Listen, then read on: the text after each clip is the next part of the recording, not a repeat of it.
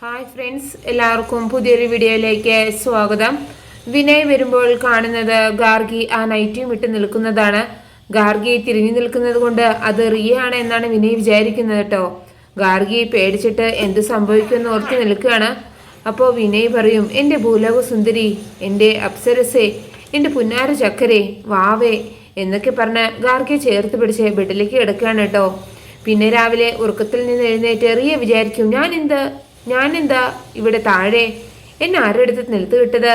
അപ്പൊ വിനയ് പറയും, ആരും നിന്നെ അടുത്ത് നിലത്തിട്ടതൊന്നും അല്ല, നീ ആയിട്ട് നിലത്ത് കിടന്നതാവും. നീ ഇന്നലെ രാത്രി ഈ കട്ടിലിന്റെ അടിയിലാണ് കിടന്നുറങ്ങിയത്. അപ്പൊ റിയ ചോദിക്കും, ഞാൻ ഇതിനെ കട്ടിലിന്റെ അടിയിൽ കിടന്നുറങ്ങുന്നത്? ആരാണ് എന്നെ ഇതിന്റെ അടിയിൽ കൊണ്ടുപോയി കിടത്തിയത്? അപ്പൊ വിനയ് പറയും, ആരും കൊണ്ടുപോയി കിടത്തിയതിനൊന്നുമല്ല, നീയായിട്ട് തന്നെ പോയി കിടന്നതായിരിക്കും.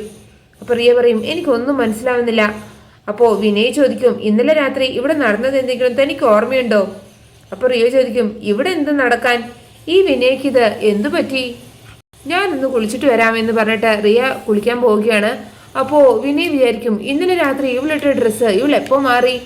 പിന്നെ കാണിക്കുന്നത് റിയ കുറെ കളർ പൊടികളും കൊണ്ട് ഹാളിലേക്ക് വരുന്നതാണ് കേട്ടോ. അത് കാണുമ്പോൾ പാർവതി വിചാരിക്കും, ഇവളെന്താ ഈ കളർ പൊടികളും കൊണ്ട്? എന്നിട്ട് റിയോട് ചോദിക്കും, എന്താ നിന്റെ കയ്യിലെ, എന്തിനാണ് ഈ കളർ പൊടികൾ? ഇത് എവിടെ നിന്നാണ്? ഈ പൊടികൾ എന്തിനാണ് നീ ഇങ്ങോട്ട് കൊണ്ടുവന്നത്? അപ്പൊ റിയ പറയും, നിന്റെ അമ്മായിമ്മ എന്നോട് പറഞ്ഞു നാളെ രാവിലെ മുതൽ നിനക്ക് പകരം ഞാനിവിടെ കോലം വരയ്ക്കണമെന്ന്. അതിനു വേണ്ടിയാണ് ഞാൻ ഈ പൊടികൾ കൊണ്ടുവന്നത്. ഇത് കേൾക്കുമ്പോൾ തന്നെ പാർവതിക്ക് നുണയാണെന്ന് മനസ്സിലാവും കേട്ടോ. അപ്പോൾ പാർവതി പറയും, മര്യാദയ്ക്ക് സത്യം പറഞ്ഞോ, എന്തിനാ ഇത്? അത് നീ പറഞ്ഞിട്ട് പോയാൽ മതി. അപ്പൊ റിയ ചോദിക്കും, നീ എന്താ എന്നെ ഭീഷണിപ്പെടുത്തുകയാണോ? നീ കരുതുന്ന ആളൊന്നല്ല ഈ റിയ, എന്നോട് ഉടക്കാൻ വരരുത്. ഈ കളർ പൊടികൾ എന്താണെന്ന് നിനക്ക് അറിയണം അല്ലേ? എന്നാ പറയാം, ഇതേ സാധാരണ കളർ പൊടികളൊന്നുമല്ല, അതീവ ശക്തിയുള്ള മാന്ത്രിക പൊടികളാണ്. ഇത് കേൾക്കുമ്പോൾ പാർവതി ചോദിക്കും, ഇതെന്തിനാ നീ ഈ വീടിനകത്ത് കയറ്റിയത്? അപ്പോൾ റിയ പറയും, ഈ വീടുമായിട്ട് ബന്ധമുള്ള അമാനുഷിക ശക്തികളെ കണ്ടുപിടിക്കാൻ. നിന്റെ അമ്മായിമ്മയുടെ ആത്മാവ് ഇവിടെ കിടന്ന് കറങ്ങുന്നുണ്ടെന്നാണല്ലോ പറയുന്നത്. നീ നിന്റെ അമ്മായിമ്മയോട് സംസാരിക്കാറുണ്ടെന്നും കേട്ടു. എന്താണ് അതിന്റെ സത്യാവസ്ഥ എന്ന് ഞാൻ ഇവിടെ തെളിയിക്കും. നിന്റെ അമ്മായിമ്മ ഇവിടെ ഉണ്ടെങ്കിൽ ഞാൻ ഈ പൊടിയെറിഞ്ഞ് അവരിവിടെ വരുത്തും. ഈ പൊടിയെറിഞ്ഞിട്ടും അവരിവിടെ വന്നില്ലെങ്കിൽ അങ്ങനെ ഒരു സാധനം ഇവിടെ ഇല്ല. എല്ലാം നിന്റെ കെട്ടുകരുതുകൾ മാത്രം. ഞാൻ പറഞ്ഞത് നിനക്ക് വിശ്വാസമായില്ല അല്ലേ? എങ്കിൽ വിശ്വാസമാക്കി തരാം. നിന്റെ അമ്മായിമ്മ ഇവിടെ ഉണ്ടോ എന്ന് ഞാൻ ഇപ്പൊ തന്നെ നോക്കട്ടെ എന്ന് പറഞ്ഞിട്ട് ആ കളർ പൊടിയിൽ നിന്ന് കുറച്ചെടുത്ത് ഗായത്രിയമ്മയുടെ ഫോട്ടോയിലേക്ക് എറിയാണ് കേട്ടോ. ഇത് കാണുമ്പോൾ പാർവതിക്ക് വലിയ ദേഷ്യം വരികയാണ്. അപ്പോൾ പാർവതി പോയിട്ട് റിയയുടെ കൈ പിടിച്ച് തിരിക്കുകയാണ് കേട്ടോ. എന്നിട്ട് പറയും, നീ ഇനി ഒരു പ്രാവശ്യം കൂടി ഇതുപോലെ ചെയ്താൽ നിന്റെ കൈ ഞാൻ ഒടിക്കും. നീ ഈ വീട്ടിലെ അതിഥി ആയതുകൊണ്ടാണ് നിന്നെ ഞാൻ വെറുതെ വിടുന്നത്. ഇനി മേലാൽ ഇതുപോലത്തെ പ്രവർത്തികൾ ചെയ്താൽ നിന്റെ ഉറക്കം മണ്ണിനടിയിലായിരിക്കും, ഒടുക്കത്തെ ഉറക്കം എന്ന് പറഞ്ഞിട്ട് പാർവതി റിയോട് അകത്തേക്ക് പോകാൻ പറയാണ്. അതേസമയം ഗാർഗി മുകളിൽ തുണികളെല്ലാം എടുത്തുകൊണ്ടിരിക്കുകയാണ് കേട്ടോ. ആ സമയം വിനയെ അറിയാതെ ഗാർഗിയുടെ ദേഹത്ത് വന്ന് മുട്ടുകയാണ്. അപ്പോൾ ഗാർഗി തലേദിവസം രാത്രി നടന്ന കാര്യങ്ങളെല്ലാം ഓർക്കുകയാണ് കേട്ടോ. എന്നിട്ട് പറയും, താങ്ക്സ്. ഇത് കേൾക്കുമ്പോൾ വിനയ് ചോദിക്കും, എന്തിനാ അപ്പം നീ എന്നോട് താങ്ക്സ് പറഞ്ഞത്? അപ്പോൾ ഗാർഗി പറയും, ആള് മാറിയിട്ടൊന്നുമില്ല, ഭാര്യ തന്നെയാണ്. കെട്ടിപ്പിടിച്ചത് കൊണ്ട് ആരും ഒന്നും പറയില്ല.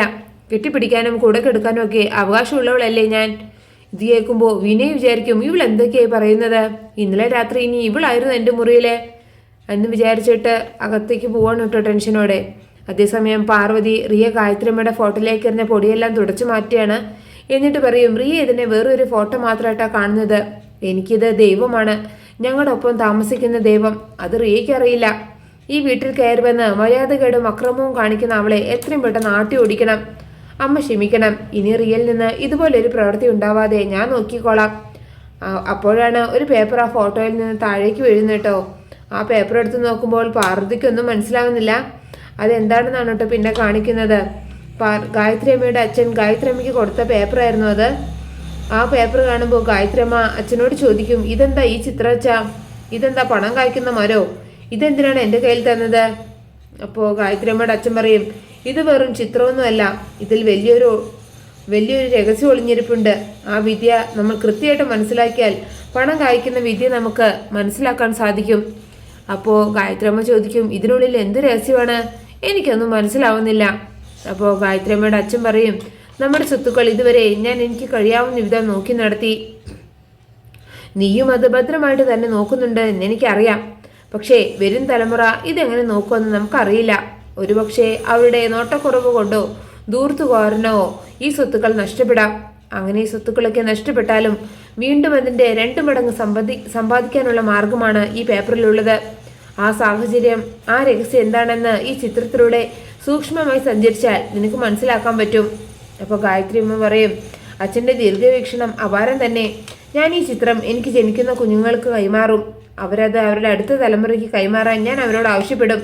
അങ്ങനെ എൻ്റെ മക്കളും വരും തലമുറകളും നമ്മുടെ സ്വത്തുക്കൾ സംരക്ഷിക്കും, സൽപ്പേര് നിലനിർത്തും. പിന്നെ കാണിക്കുന്നത് പാർവതി വിചാരിക്കും, എന്തായിരിക്കും ഈ ചിത്രത്തിൻ്റെ അർത്ഥം? എന്തിനാണ് ഇത് ദേവമ്മയുടെ ഫോട്ടോയുടെ അവിടെ വെച്ചിരിക്കുന്നത്? ഇതെന്തായാലും ഇവിടെ തന്നെ ഇരിക്കട്ടെ എന്ന് പറഞ്ഞ് പാർവതി ആ ചിത്രം മടക്കി ഗായത്രിയമ്മയുടെ ഫോട്ടോയ്ക്ക് പിന്നിൽ തന്നെ വെക്കുകയാണ് കേട്ടോ. അതേസമയം വിനയ് റിയയുടെ കൈയെ എണ്ണയിട്ട് തടവി കൊടുക്കുകയാണ്. എന്ത് ചോദിക്കും, ഇതെങ്ങനെ സംഭവിച്ചു റിയ? അപ്പോൾ റിയ വിചാരിക്കും, പാർവതി കൈ പിടിച്ച് തിരിച്ചതാണെന്ന് പറഞ്ഞാൽ ആകെ നാണക്കേടാവും. എന്നിട്ട് പറയും, ബാത്റൂമിലെ കാല് വഴുതി വീണതാ വിനയ്.